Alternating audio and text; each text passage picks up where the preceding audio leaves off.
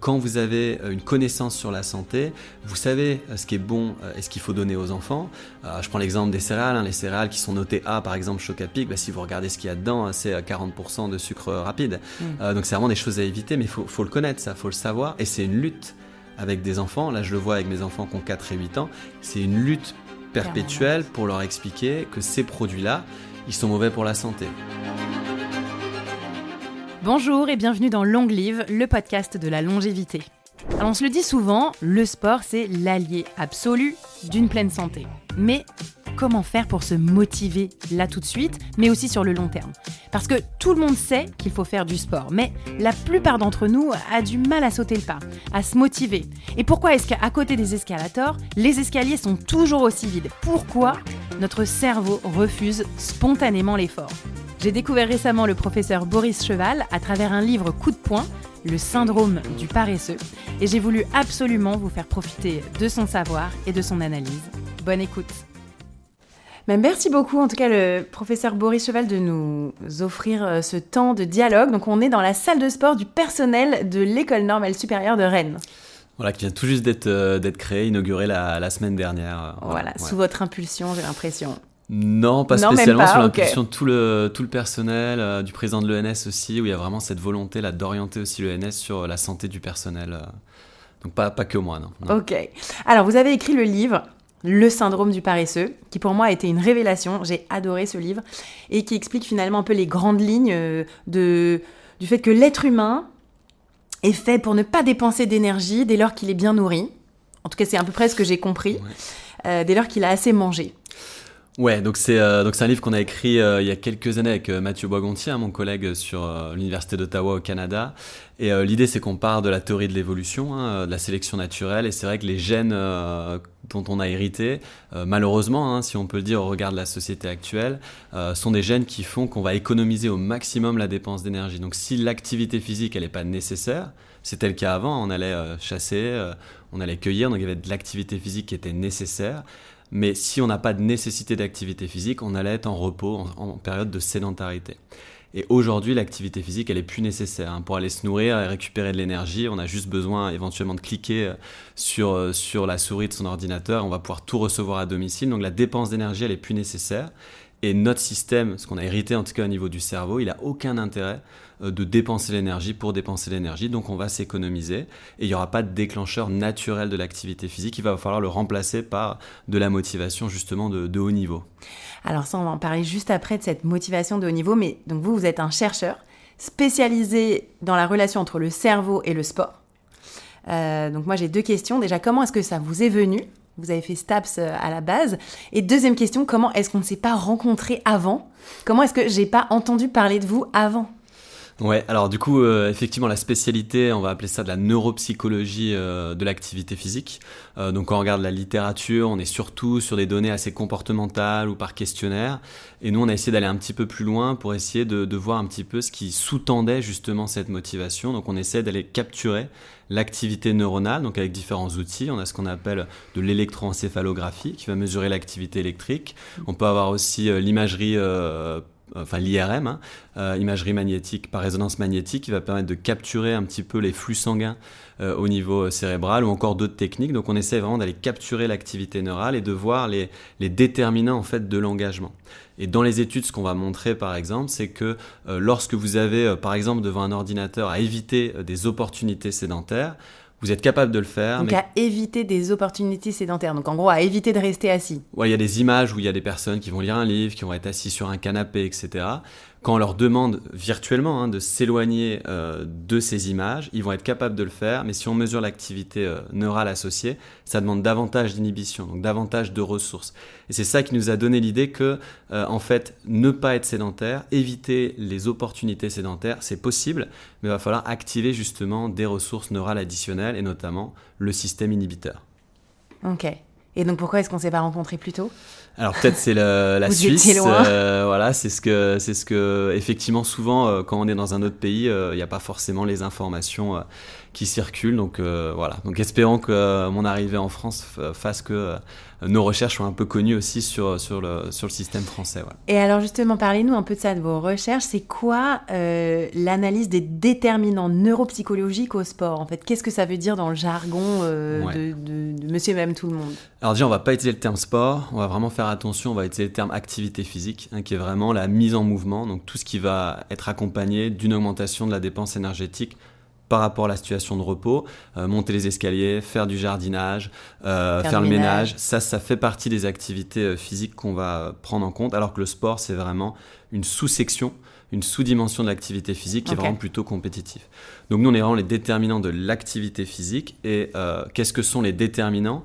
C'est l'idée qu'on peut mesurer certaines variables, par exemple une activité neuronale, et de voir si cette activité neurale permet de prédire le comportement futur. C'est un petit peu l'idée, donc de prendre des informations sur l'activité neurale et de voir si, avec cette mesure-là, on peut prédire le comportement.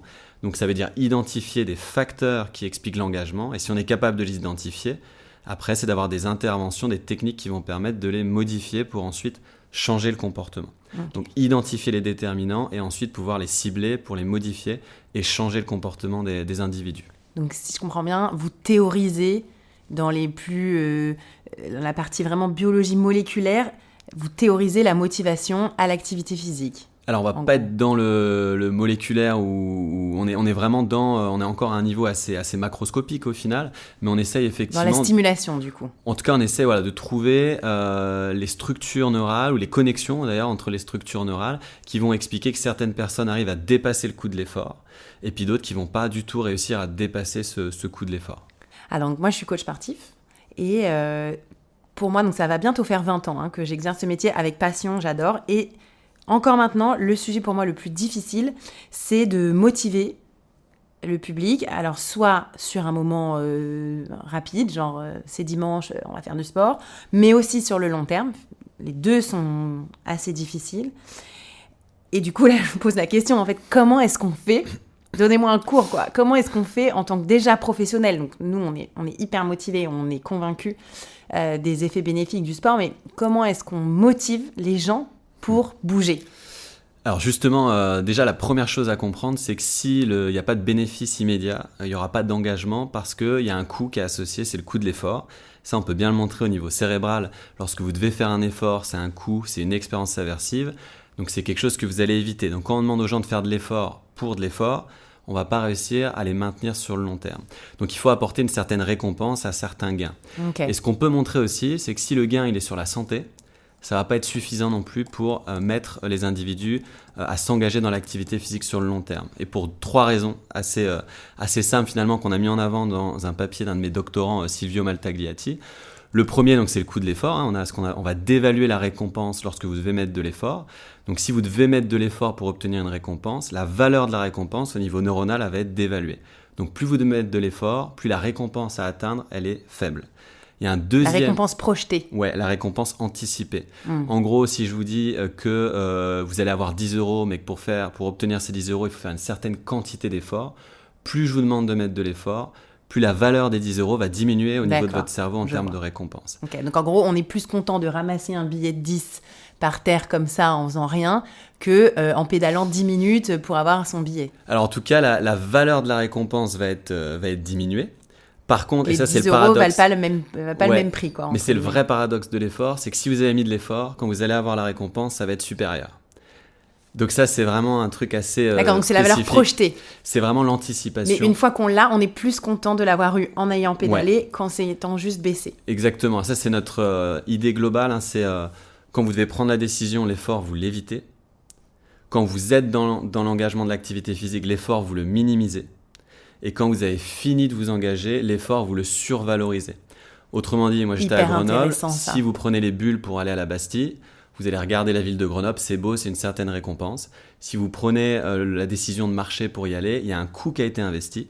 Et comme il y a un coût qui a été investi, vous allez surévaluer la récompense associée au paysage ici. Et on trouve les mêmes mécanismes, par exemple, pour l'argent. Si je vous mets sous IRM, que je vous donne une bouteille de vin et que je vous dis que le vin, il coûte pas cher, c'est une certaine activité neuronale de récompense. Si je vous dis que ce vin, il coûte très très cher, il y aura une meilleure récompense au niveau cérébral. Et ça, c'est un mécanisme C'est l'effet un peu psychologique. Voilà, c'est un mécanisme de gestion de la dissonance cognitive. On justifie les coûts investis dans un comportement. Donc l'effort, on peut avoir le goût de l'effort parce qu'avec l'apprentissage, on apprend que l'engagement dans l'effort améliore la récompense, donc on a quelque chose qu'on préfère. Mais dans l'anticipation, lorsque vous devez faire de l'effort, ça dévalue la récompense. Le deuxième mécanisme qu'il ne faut pas oublier, c'est que quand je vous donne 10 €, si je vous les donne aujourd'hui, c'est un certain niveau de récompense. Si je vous les donne dans 10 ans, la récompense diminue. Donc si vous focalisez sur des conséquences à long terme sur la santé, il faut être conscient que la valeur de cette récompense, elle est quasi nulle. Donc en gros, ça ne motive pas les gens sur le long terme. Et il y a un troisième mécanisme qui est aussi bien identifié, c'est ce qu'on appelle le biais d'optimisme. On ne va pas s'imaginer en mauvaise santé.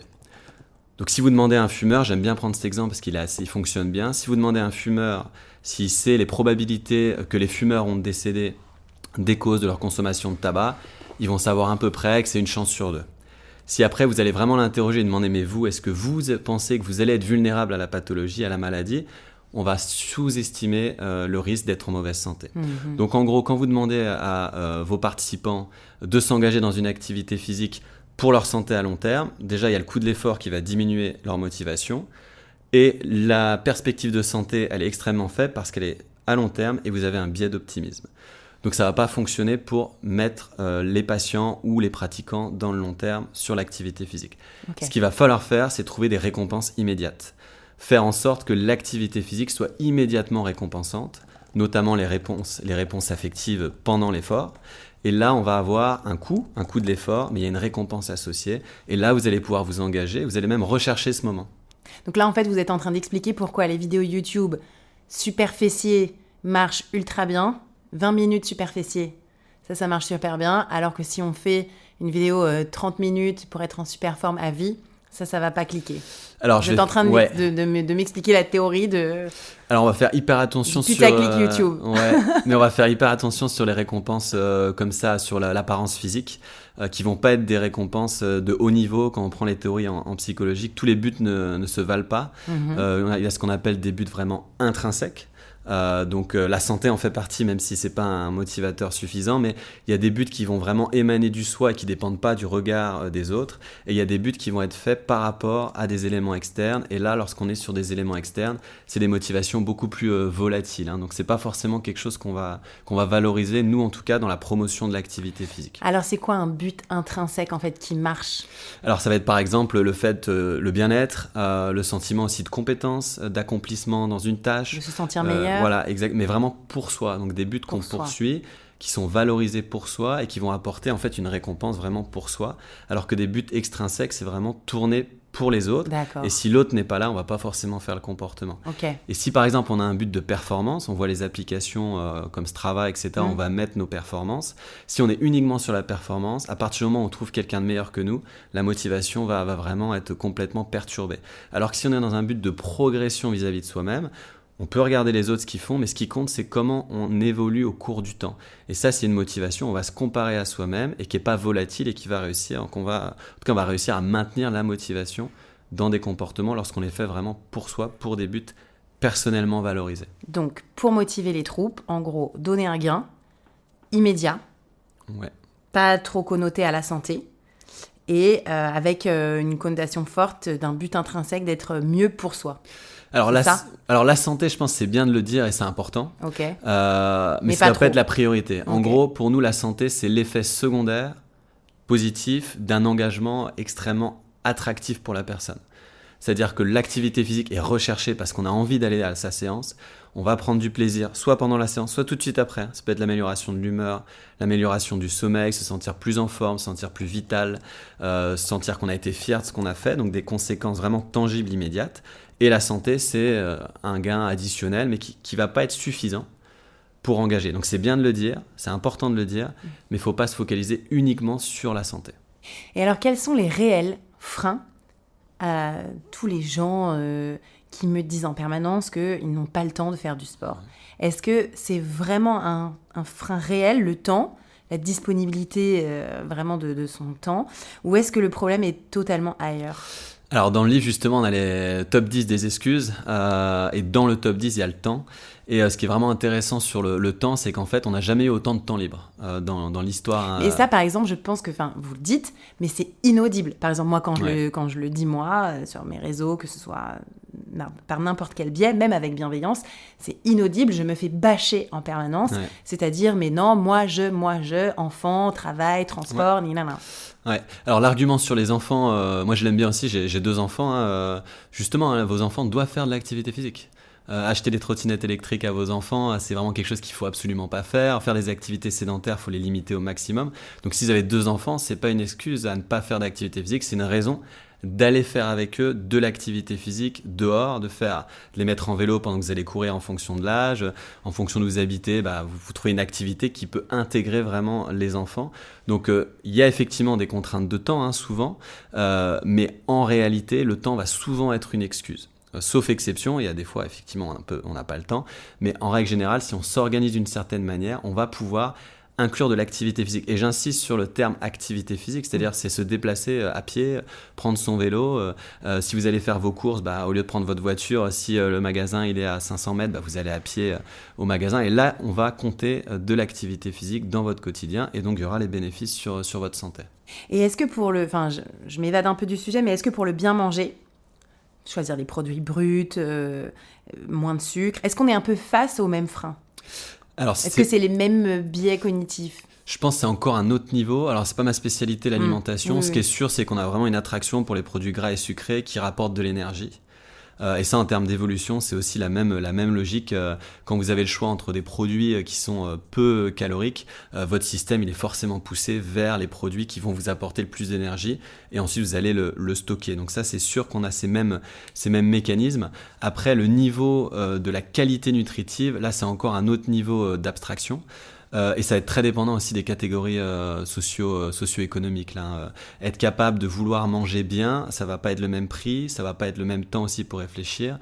Il faut avoir un certain niveau de ce qu'on va appeler la littératie en santé, donc il faut avoir certaines connaissances sur la santé. Et là, on va s'intéresser à des catégories de la population qui sont quand même beaucoup plus avantagées sur le plan socio-économique. Okay. Là, j'avais un thésard, Ilyes, qui faisait une étude il appelait la taxe cognitive de la pauvreté. Et qui rappelle que quand vous êtes pauvre, vous n'avez pas le temps de penser à votre santé. Il y a des choses beaucoup plus immédiates et proximales. Déjà, payer vos factures, arriver à la fin du mois tranquillement, donner à manger à vos enfants.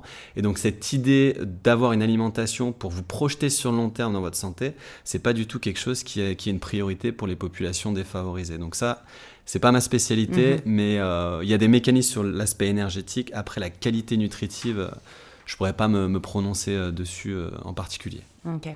Donc juste pour revenir là du coup au sport, pourquoi est-ce que c'est si difficile de faire bouger une population alors qu'en fait tout le monde sait que le sport, bien manger aussi, mais bouger, faire de l'activité physique, marcher plus, prendre le vélo, tout le monde sait que c'est bien en fait, et si peu de gens le font. Pourquoi ? Alors c'est toute notre idée du décalage attention-action. Alors si on reprend vraiment l'historique, c'est même les Grecs en parlaient, c'est ce qu'on appelle l'acrasie, ou faiblesse de la volonté, c'est l'incapacité d'agir conformément à ce que notre opinion nous dicte comme meilleur. L'acrasie ou phénomène acratique.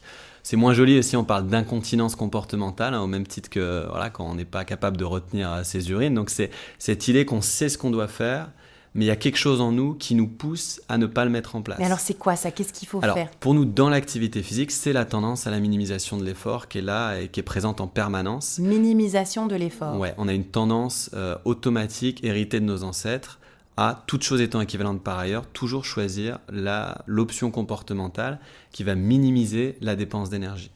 Donc, toutes choses étant équivalentes par ailleurs, vous allez toujours faire en sorte de minimiser votre dépense d'énergie. Donc, c'est pour ça qu'on a toujours 100 personnes sur les escalators et un Pékin qui monte les escaliers. Donc ça, c'est nous en tout cas, c'est notre explication. Et là, on a un papier qui a été publié il y a 2 semaines sur ça, où on explique pourquoi, d'après en tout cas notre modèle, quand vous avez l'intention d'être actif physiquement, il y a une personne sur 2 en gros qui va mettre en place son intention, et on explique que l'incapacité à mettre en place l'intention peut être expliquée par cette attraction sédentaire.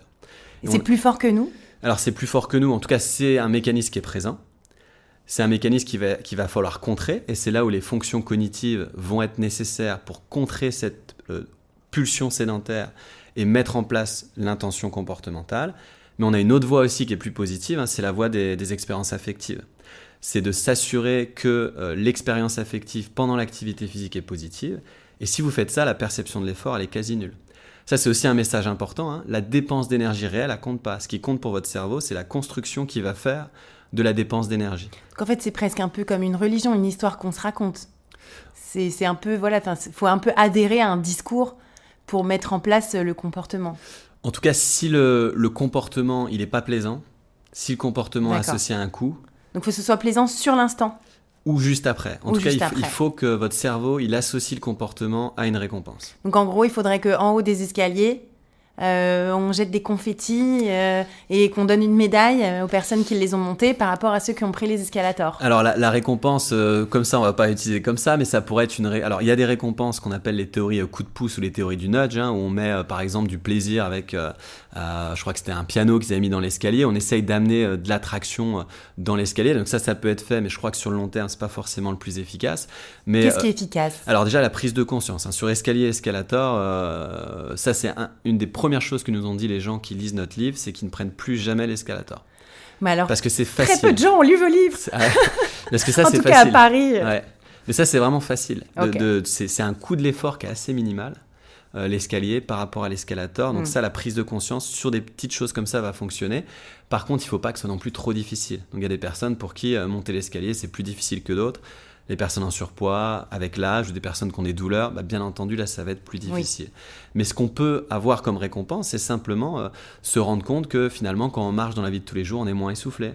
Se rendre compte qu'on a l'impression qu'on a une capacité musculaire qui est un petit peu plus élevée au niveau musculaire. Ça, c'est des choses qu'on peut essayer de récupérer vis-à-vis de soi, qui sont des récompenses intrinsèques, justement, comme on discutait, qui sont des choses valorisées. Donc, on est capable de le faire. Et si on a ces récompenses, l'effort, il va vraiment être minimal. L'exemple que je prends, c'est l'exemple des enfants au parc. Quand votre enfant, il sait marcher, c'est-à-dire qu'il a appris à marcher, s'il doit se déplacer d'un point A à un point B et qu'il sait que vous pouvez le porter, il va tout faire pour que vous le portez. Il va même se jeter par terre, il va dire qu'il a mal, etc. Mais il ne va pas vouloir marcher parce que la dépense d'énergie, elle n'a aucun intérêt pour lui, elle est coûteuse, il perçoit un coût de l'effort extrêmement élevé. Vous le portez, vous l'amenez au parc, là il va jouer pendant 2-3 heures, c'est vous qui allez l'arrêter de jouer, il va dépenser son énergie. Pourquoi ? Il apprend des choses, il se socialise, il s'amuse, il devient compétent, il joue, la perception de l'effort elle est quasi nulle. Et là, la dépense d'énergie, elle est importante, mais la perception de l'effort est nulle et donc l'engagement, il est extrêmement facile. Okay. Et si on arrive à retrouver cette envie d'être actif physiquement par le plaisir, le coût de l'effort, il va être quasiment nul. Il y aura de la dépense d'énergie, mais la perception qu'on en a, elle est extrêmement faible. Et alors pour les adultes, c'est quoi le plaisir ? Parce que le plaisir de faire du ménage ou de tondre son gazon, tondre son gazon, à la rigueur, on peut comprendre.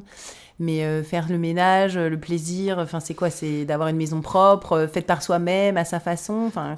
Ça, c'est possible. Alors, nous, on n'est pas vraiment sur ces thématiques de ménage, on est plus sur l'activité physique de loisir. Mais typiquement, ça pourrait être quelque chose qui est valorisé, de voir qu'est-ce qu'on a modifié dans l'environnement, que c'est propre, etc. Ça, c'est tout à fait possible. Après, c'est sur les activités, c'est de trouver une activité physique qui vous plaît, qui vous permet de vous sentir compétent. Moi, je joue au football, par exemple. J'ai hâte d'aller jouer au football, ça me coûte pas du tout. Et quand je joue au football, j'ai pas du tout de perception de l'effort, parce qu'il y a des choses vraiment qui m'intéressent. Parce que c'est un sport dans lequel je me sens compétent, dans lequel il y a la notion de maîtrise, dans lequel il y a aussi l'aspect social qui joue un rôle. Donc il y a des motivations qu'on va avoir et qui nous permettent d'être actifs physiquement. Et dans ces idées aussi de motivation, je prends l'exemple qui est souvent dit lorsqu'on faisait des études sur Lausanne, on avait des coureurs à pied qui couraient tous les midis et la seule raison de courir, c'était de se retrouver ensemble pour discuter. On s'en fiche en fait de la raison et ils pourraient aller courir ou aller jouer aux échecs, mais ils ont décidé d'aller courir et ce qui leur plaît, c'est de se retrouver ensemble pour discuter. Et donc là, la raison et la motivation et le plaisir, il est associé à l'activité physique même s'il n'en fait pas partie. Mais du coup, ça devient une habitude de vie et c'est assez facile quand même pour eux d'être actifs physiquement. Et dans votre livre, Le syndrome du paresseux, vous parlez beaucoup de self-control. Ouais. Du fait qu'il faut se contrôler soi-même pour s'obliger, au début en tout cas, à faire du sport, à bouger. Et voilà, en fait, c'est un peu de la volonté, quoi, en gros. Pareil, la volonté, je trouve que c'est très difficile d'en parler publiquement. Les gens, souvent, se sentent un peu montrés du doigt comme manquant de volonté. Donc, Qu'est-ce que c'est exactement le self-control ?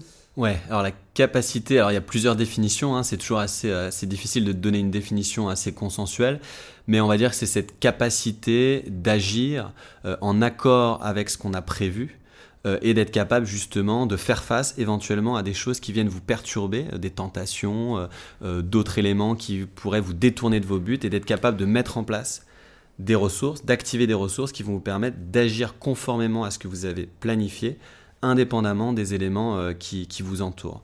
Et ça va demander vraiment de l'activité justement de haut niveau, donc tout ce qui est au niveau préfrontal en particulier, qui va être activé pour utiliser ce qu'on va appeler donc les capacités d'autocontrôle ou d'autorégulation ou de self-control. Et donc ça se muscle un peu comme un biceps. Petit à petit, on progresse, on reste de moins en moins dans son canapé, on fait de plus en plus son cours de danse, ou bien on prend de moins en moins les cookies à la cantine et finalement après on prend de plus en plus de pommes. C'est comme ça. Le contrôle inhibiteur, il y a des tâches pour le travailler. Hein. Ça c'est clair sur ordinateur. Par exemple, on a des tâches où on entraîne les gens à chaque fois qu'il y a un signal particulier à inhiber leur comportement. Est-ce que ça marche dans la vie de tous les jours ? Ça, derrière, sur les comportements, c'est pas encore suffisamment fort comme évidence. Par contre, il y a une stratégie qu'on peut parler, c'est l'activité physique. L'activité physique va être un comportement, alors pas toutes les activités physiques, mais les activités physiques suffisamment intenses qui vont aussi solliciter les fonctions cognitives de prise de décision, par exemple. Eh bien, l'activité physique va améliorer votre système cognitif. Donc les gens qui sont actifs physiquement vont avoir un meilleur fonctionnement cognitif et notamment un meilleur fonctionnement exécutif. Donc en gros, plus on fait de sport, plus on a de self-control. En tout cas, il y a un cercle vertueux qui peut se mettre en place. L'activité physique va améliorer le fonctionnement cognitif et en retour, le fonctionnement cognitif va améliorer l'engagement dans l'activité physique. Et si on regarde les personnes âgées, on peut constater par exemple que les personnes qui vont avoir un déclin cognitif, c'est des personnes qui vont tout de suite se désengager de l'activité physique. Et si on arrive à amener les gens à être actifs... C'est le déclin cognitif qui fait qu'on se désengage de l'activité physique ou l'activité physique qui favorise le déclin cognitif, qui favorise la diminution de l'activité physique. Donc ça, c'est un peu l'œuf ou la poule. Ouais. Là, il y a un gros débat dans la littérature. Les deux relations sont vraies. Il y a beaucoup de preuves qui montrent que l'activité physique va améliorer le fonctionnement cognitif et on a les modèles moléculaires aussi sous-jacents. Quand vous faites de l'activité physique, vous allez libérer ce qu'on appelle du BDNF en particulier, qui est une hormone en fait de croissance au niveau neuronal. Donc en gros, plus vous faites d'activité physique, certains types d'activités physiques, vous allez avoir davantage de neurones, davantage de synapses, davantage de connexions aussi entre vos neurones, donc de meilleure communication neuronale, davantage de vaisseaux sanguins. Donc en gros, votre cerveau, il fonctionne mieux. Parenthèse, quel type d'activité physique ? Puisque c'est certains types. Donc nous, on essaye justement de faire, on va dire, un modèle type de l'activité physique. C'est au moins modéré à vigoureux. C'est au moins 3 fois par semaine. Si possible, une demi-heure. Si possible, une activité qui va aussi solliciter tout ce qui est prise de décision, donc des sports collectifs par exemple, qui vont être extrêmement efficaces pour prendre de la décision pendant qu'on est en train de faire de l'activité physique. Et nous, on rajoute une dernière dimension, c'est l'expérience affective. On est en train de développer, notamment avec un de mes doctorants, donc Silvio Maltagliati, un projet qui vise à montrer que quand vous faites une activité physique, ça améliore votre fonctionnement cognitif. Mais si cette activité physique est associée à du plaisir, l'effet va être encore plus fort. Donc on essaye de montrer que l'expérience affective joue un rôle clé non seulement pour vous engager, mais une fois que vous êtes dans l'activité physique, pour améliorer le fonctionnement cognitif. Et alors pour en revenir au self-control, comment est-ce qu'on peut mesurer son propre self-control ? Est-ce qu'on peut... Ouais. Et par exemple, si on n'en a pas eu enfant, je pense à des enfants peut-être qui n'ont jamais vraiment fait de sport, des adultes qui enfants n'ont pas fait de sport ou quoi, est-ce qu'on peut le développer ? Alors, une grande découverte, on va dire, sur les 20 dernières années sur l'activité, tout ce qui est le cerveau en tout cas. On avait une idée fausse, mais répandue, qu'à partir de 25 ans, en gros, on avait tout développé. Et à partir de 25 ans, le cerveau avait atteint, en gros, sa taille et son mode de fonctionnement maximal. Et ensuite, on avait une diminution. Donc ça, c'est faux. Jusque très tard dans l'âge, on peut développer et améliorer le fonctionnement cognitif. Alors, c'est un peu plus difficile. Bien entendu, il y a moins de plasticité, c'est un petit peu plus dur, mais on peut apprendre jusque dans les dernières années de vie. Donc clairement, même si on n'a pas forcément développé des capacités pendant l'enfance, ça va être peut-être plus difficile, mais on a cette capacité-là à développer des capacités d'autocontrôle. Maintenant, c'est vrai qu'on a des mesures, par exemple, assez associées à la personnalité, qui vont permettre de caractériser des gens qui ont une capacité à inhiber leurs réactions automatiques, leurs pulsions, et d'autres qui vont avoir un peu plus de mal. Puis il y a une étude très connue aussi, de mesure comportementale, de Walter Mischel, la fameuse étude des marshmallows. Vous mettez un marshmallow à un enfant et vous lui dites « je reviens dans 15 minutes ». Et si dans 15 minutes tu n'as pas touché ton marshmallow, tu auras un deuxième. Et ils vont mesurer la capacité des enfants à attendre le deuxième. Et ensuite, ils prédisent la trajectoire de vie des enfants. Et dans l'étude originale, ils montrent qu'il va y avoir une meilleure trajectoire de vie, moins de divorces, un meilleur niveau d'éducation, un meilleur métier, etc. Et ça, en fait, ça a été récemment remis en cause parce que ce qui détermine la réussite, c'est encore une fois les conditions socio-économiques. Donc c'est vrai que dans le livre, on n'en parle pas du tout, mais les conditions socio-économiques, c'est un déterminant clé aussi de l'engagement dans l'activité physique. Donc si je résume, l'autocontrôle, on peut le mesurer pendant l'enfance, ça va quand même bien prédire ce qu'on va faire plus tard, mais c'est jamais trop tard et l'engagement dans l'activité physique, même très tardivement, va être efficace pour ça et notamment pour lutter aussi contre le déclin cognitif qu'on va avoir à partir de 50, 60 ans. Il y a vraiment un déclin cognitif assez marqué. L'activité physique peut essayer de réduire justement ce déclin cognitif.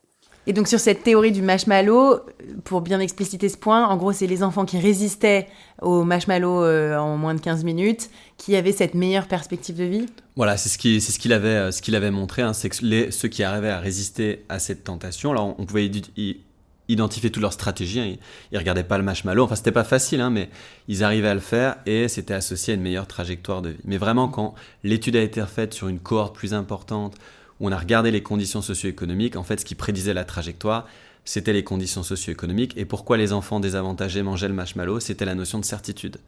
On a le marshmallow, on est sûr, le deuxième, on n'est pas sûr qu'il va arriver. Okay. Et donc, c'est cette confiance, en fait, qu'on a en fonction du statut socio-économique qui pouvait expliquer les effets. Cette confiance en l'avenir, en fait, finalement. Ouais, c'est que... c'est fou, en fait, parce que ça va beaucoup plus loin que le sport.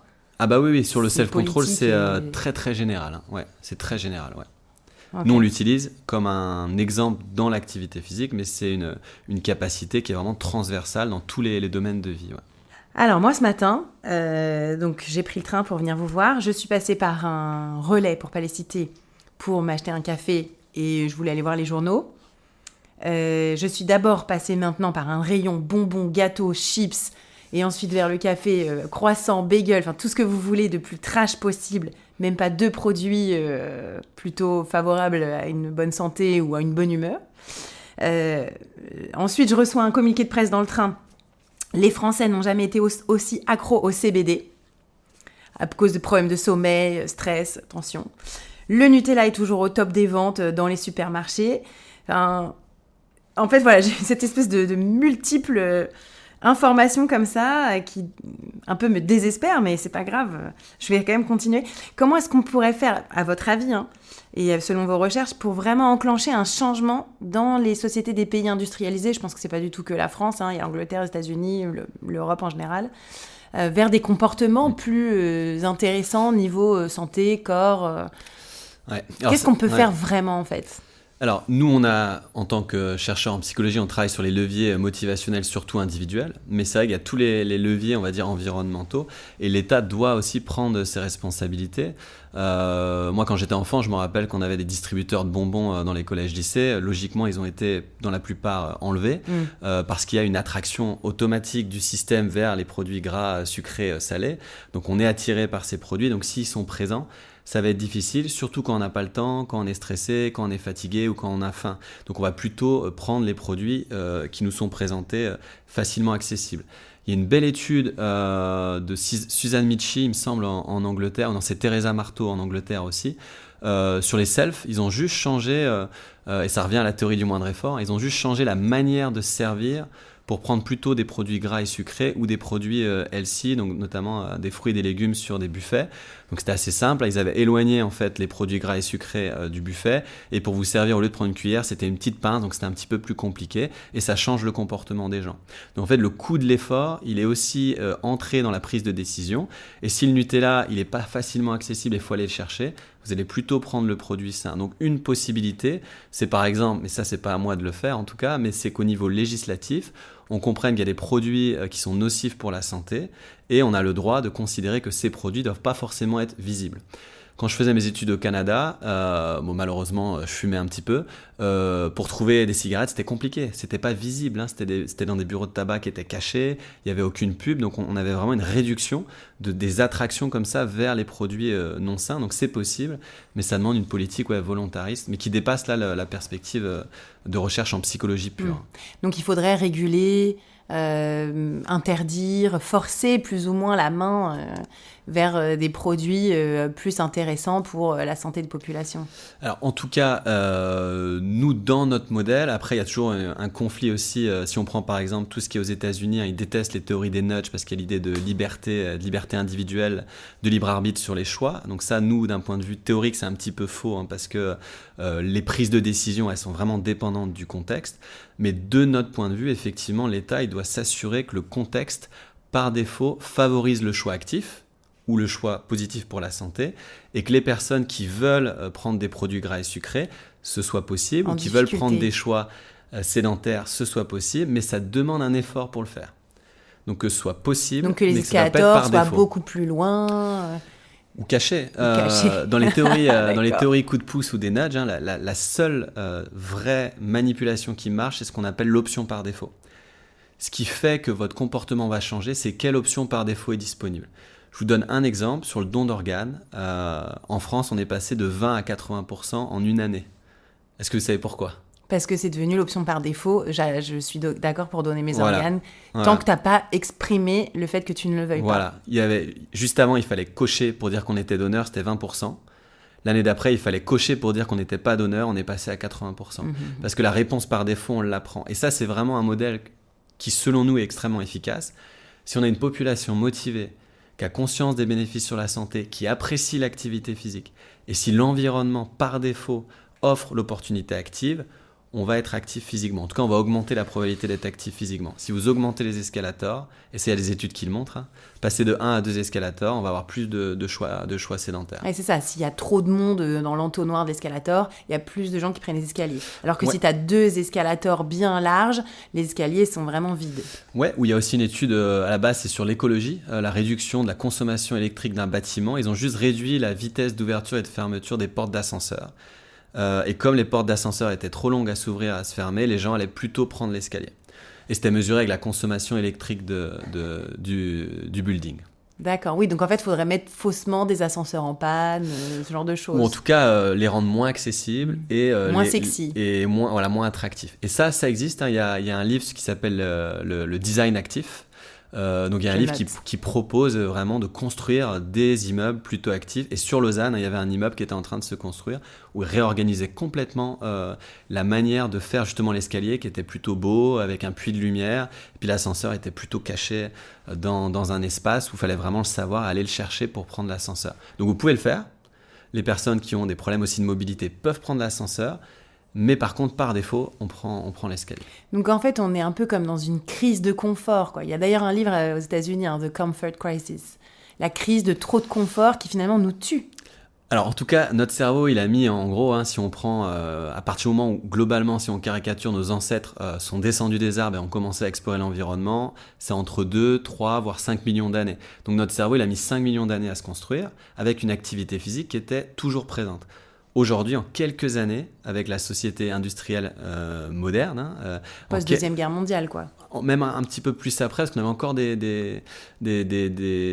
milieu assez actif quand même physiquement, des métiers assez actifs depuis les années physiquement. 70-80. Mais voilà, à partir des années 80, là, on a vraiment en gros une société qui fait qu'on peut tout faire sans dépenser d'énergie. Et là, on comprend bien que notre cerveau, il n'a pas eu le temps de s'adapter en termes d'évolution. On a mis 3 millions à avoir un cerveau qui décide automatiquement de plutôt minimiser l'effort, d'aller récupérer de l'énergie dès que possible, et dès qu'on a de l'énergie, de se mettre en phase de repos. Là, on est dans un système où l'option, ou en tout cas la situation qui est activée, c'est par défaut, c'est le repos.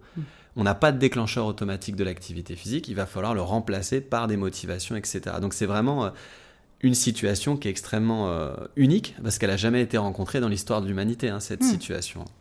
Alors, petit cours de psychologie peut-être du dimanche, mais qu'est-ce qui se passe pour moi, par exemple ? Parce que pour moi, c'est tellement normal de prendre des escaliers, je ne supporte pas les escalators. Je rentre dans un relais avec toutes ces chips bonbons, ça m'énerve. j'ai pas envie de manger tous ces cookies, ça me saoule, je les vois. Alors je me dis tout le temps, j'en veux pas, mais c'est vrai que parfois du coup j'en prends un parce que y a rien d'autre aussi. Ouais. Qu'est-ce qui s'est passé moi dans ma vie pour que ce soit tellement normal de vouloir une pomme plutôt qu'un cookie, ou de ne pas prendre le cookie sachant que dans peut-être 3 heures je serai chez moi et je pourrais manger une pomme? Qu'est-ce qui a fait que ça, qu'est-ce qui a marché, entre guillemets? Je ne vais pas dire que je suis un modèle, mais c'est plutôt pour comprendre, en fait, comment est-ce qu'on arrive à ce que ça devienne 100% naturel, entre guillemets. Alors, si on ne tombe pas dans le domaine de la pathologie, parce qu'aussi il y a la pathologie, je pense aux anorexiques qui ont un inversement complet, en fait, des systèmes d'inhibition. Nous, on va inhiber la sédentarité. Les anorexiques inhibent l'activité physique et vont inhiber les produits gras et sucrés. Et donc, leur système, il a carrément inversé les systèmes de récompense. Mais ce qui fait, en tout cas là, dans une situation, on va dire, non pathologique, c'est l'habitude aussi, le développement d'habitudes de santé, d'habitudes de comportement, et d'un moment donné, c'est de récompenser de quelque chose, de faire en sorte que le produit qu'on prend qui est sain, on sent que ça nous apporte quelque chose et on a un sentiment de bien-être. Alors qu'à l'inverse, les produits gras, sucrés et salés, parce qu'on a internalisé l'idée que c'est mauvais pour notre santé, on a des sentiments qui vont plutôt être négatifs. Mais c'est parce qu'on l'a internalisé, ou c'est parce que vraiment ça nous fait mal au ventre et ça nous crève? Je pense qu'on l'a internalisé au départ, parce que toutes choses étant équivalentes par ailleurs, si on n'avait pas cette sensation que les produits gras et sucrés étaient mauvais pour notre santé, a priori on irait quand même vers les produits gras et sucrés. J'imagine mal que notre système soit attiré par défaut par la pomme, par exemple. Par contre, via l'apprentissage, l'internalisation du comportement, le développement d'habitudes, on arrive à plutôt avoir une aversion vers des produits dont on a construit cette idée qui vont plutôt nous mettre en mauvaise santé. Et éventuellement, on peut avoir aussi des sensations physiologiques qui se déclenchent vraiment. Mais c'est vraiment quelque chose qui a été construit là, par contre, par des habitudes de santé. Ouais. Et alors, en tant que citoyen lambda, normal, n'importe qui, les personnes qui nous lisent, qui nous suivent, des parents, qu'est-ce qu'on peut faire pour enclencher ce changement? C'est quoi les trucs à faire, en fait? C'est vraiment se raconter tout le temps, en permanence dans la tête, que c'est mieux, que ça va nous donner des bénéfices. En fait, c'est ça qu'il faut toujours qu'on se raconte. C'est rendre le produit... je suis pas spécialiste de l'alimentation, mais par exemple sur les... Oui, mais même pour les escaliers ou pour en tout cas, c'est d'aller vraiment, courir quand il pleut. Il faut donner de l'information aussi aux enfants sur l'intérêt quand même du comportement, mais ça va pas être suffisant. Ce qu'il faut, c'est qu'ils s'amusent, qu'ils prennent du plaisir.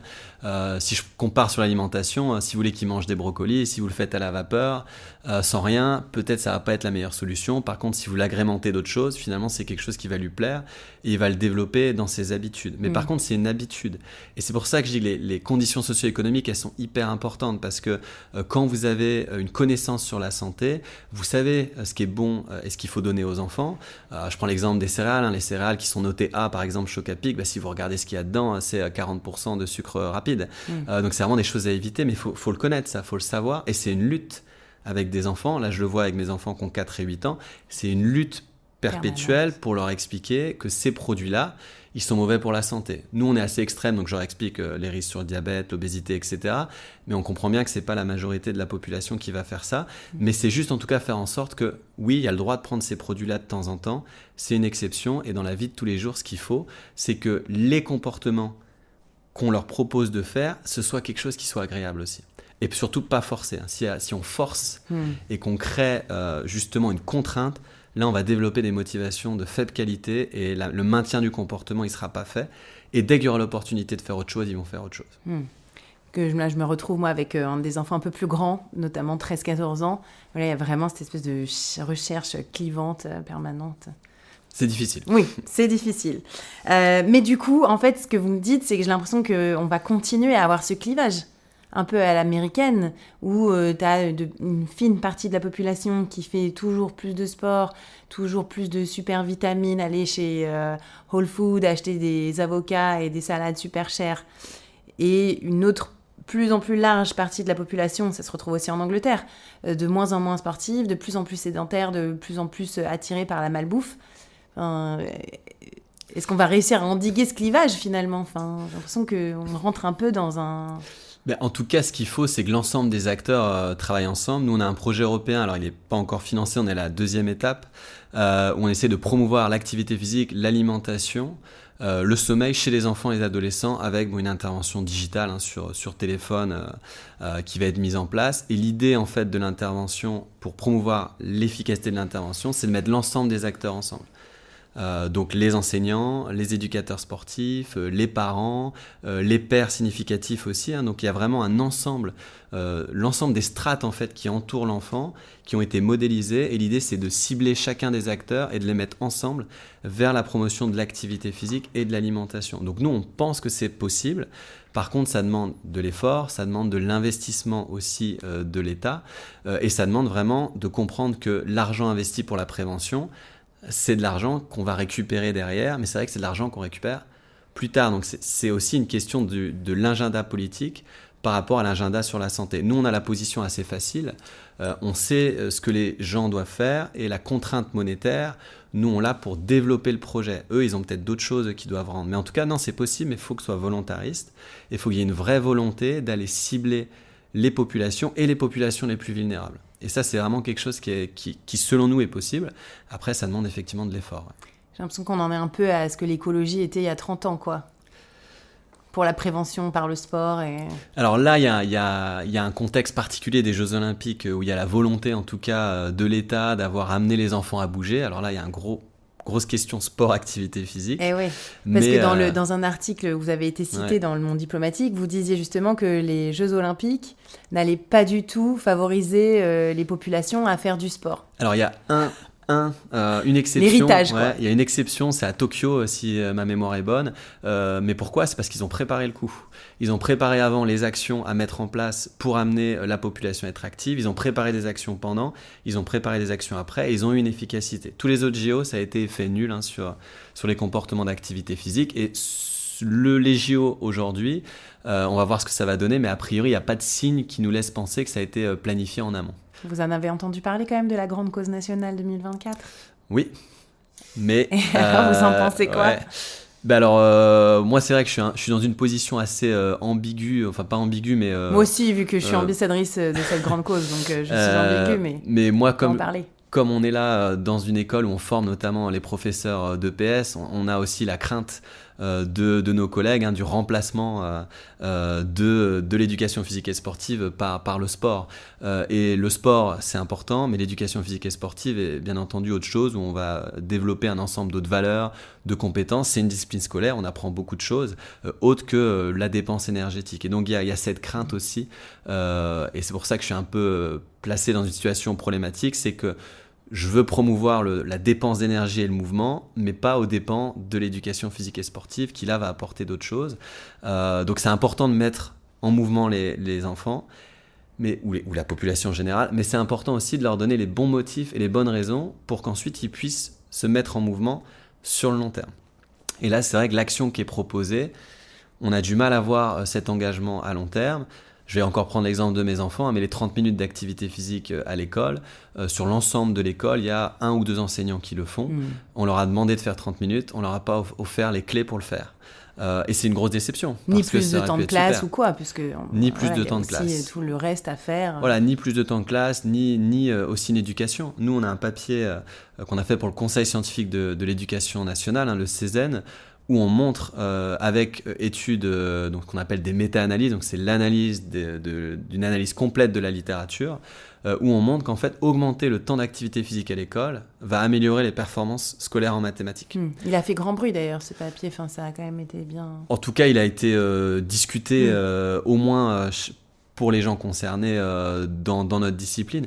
Mais ça montre quoi ? Ça montre qu'augmenter le temps d'activité physique à l'école, ça ne va pas être à l'encontre des apprentissages qu'on va dire fondamentaux. Si on accepte cette idée qu'il y a des apprentissages fondamentaux, ça ne va pas être aux dépens des apprentissages fondamentaux. Sauf que ça n'a pas été expliqué. Ça n'a pas été expliqué que passer peut-être une demi-heure de moins assis sur la chaise à faire un exercice de français ou de mathématiques, c'est pas du temps perdu si on est actif physiquement, parce que derrière, il n'y aura pas le même engagement qualitatif dans l'apprentissage. Et donc ça, c'est des choses qui auraient pu être proposées, discuter, et ça n'a pas forcément été mis en place, non. Après, j'étais pas là, j'étais pas encore en France globalement sur cette époque-là. Et justement, vous, en tant que professeur à l'école normale sup, est-ce que vous êtes écouté, est-ce que vous êtes consulté par les autorités sanitaires françaises, la Haute Autorité de Santé par exemple, le ministère des Sports, la prévention, l'OMS ? Alors moi je viens d'arriver, donc j'ai pas encore en tout cas développé ce réseau de contacts directs. Après oui, on a en tout cas des gens qui vont réussir à promouvoir l'activité physique sur la métropole rennaise. Je pense à François Carré, Sophie Chat, donc c'est des personnes qui vont promouvoir l'activité physique et qui vont être en lien direct avec le ministère. Et on a aussi des collègues, là je pense à Olivier Dupuis de Poitiers, qui lui aussi est en charge d'études avec un relais direct sur le ministère. Donc on a effectivement des liens, le ministère peut venir nous contacter. Moi, à chaque fois qu'on m'a contacté, c'était souvent des demandes qui étaient pour rendre un rapport dans les 10 jours, ce qui n'est pas forcément quelque chose que j'ai pu faire. Donc il y a des contacts. En tout cas, nous, on a cette volonté de travailler avec le ministère. Ça dépend des ministères en place aussi, bien entendu, mais on a cette volonté en tout cas de travailler avec les ministères. Et je trouve que l'école normale supérieure, elle a aussi son rôle à jouer sur ça. Ouais. Donc en gros, moi ce que j'entends, c'est que ça va prendre énormément de temps à éduquer la population largement sur les bénéfices du sport et la motivation intrinsèque va être hyper longue en fait pour finalement un peu contrecarrer tout ce qui se passe depuis 40 ans, quoi. Nous, on a des motifs d'espoir. En tout cas, les gens qu'on forme ici ou les collègues que je connais en EPS, on a des motifs d'espoir parce qu'il y a justement cette volonté de comprendre le rôle des affects, le rôle de l'émotion pour promouvoir l'engagement. Je prends aussi l'exemple dans le milieu médical, parce que j'ai travaillé un petit peu aux hôpitaux universitaires de Genève. Les prises en charge patients, notamment en réhabilitation cardiaque, c'était de l'éducation thérapeutique avec un focus sur la santé permanent. Il n'y avait pas de rôle justement des émotions. Et aujourd'hui, on a pas mal de cliniques, pas mal d'hôpitaux qui nous contactent en tant que psychologues de la santé pour aller donner des cours, notamment aux jeunes étudiants, aussi aux kinésithérapeutes, pour les former au modèle de psychologie de la santé. Donc j'ai l'impression qu'il y a un changement avec une volonté de comprendre que l'activité physique, c'est pas un médicament comme un autre, c'est pas en listant de faire 30 minutes 3 fois par semaine que le patient va le faire. Et on a des ordonnances qu'on prend des fois en exemple dans les conférences pour, un petit peu pour faire rigoler, où on voit l'ordonnance 30 minutes 5 fois par semaine. Bien entendu, c'est pas ça qu'il faut faire. Et donc là, j'ai l'impression qu'il y a une prise de conscience des collègues, que ce soit les médecins, les kinés, bien entendu les professionnels en activité physique adaptée, où on comprend que si on ne travaille pas sur la motivation, on a beau savoir le protocole qui est efficace, en théorie, il ne sera pas efficace sur le terrain. Et donc là, on a une négociation qui est en train de se mettre en place, à essayer de négocier entre la réalité des effets de l'intervention sur la santé physique ou cognitive ou mentale, et ce que le patient est capable justement d'endurer et de mettre en place. Et donc j'ai l'impression qu'il y a un changement qui est en train de se mettre en place, mais après je suis peut-être un peu trop optimiste aussi, mais je pense que ça se met en place. Ok, donc le plaisir avant tout, quoi. En tout cas, il faut que le comportement apporte une récompense immédiate ou très rapide et tangible. Sinon, à cause du coût de l'effort, on ne pourra pas le mettre en place sur le long terme. Ça n'a pas de sens au niveau théorie de l'évolution. En tout cas, il n'y a aucun sens qu'on mette en place un comportement coûteux pendant toute notre vie pour espérer avoir des conséquences positives sur notre santé à long terme. Ça n'a pas de sens. Ouais. Eh bien, c'était super clair. Merci infiniment. Merci. Merci beaucoup d'avoir écouté et regardé Long Live sur vos plateformes d'écoute de podcast, mais aussi sur ma chaîne YouTube. On se retrouve très bientôt pour un prochain épisode. Salut!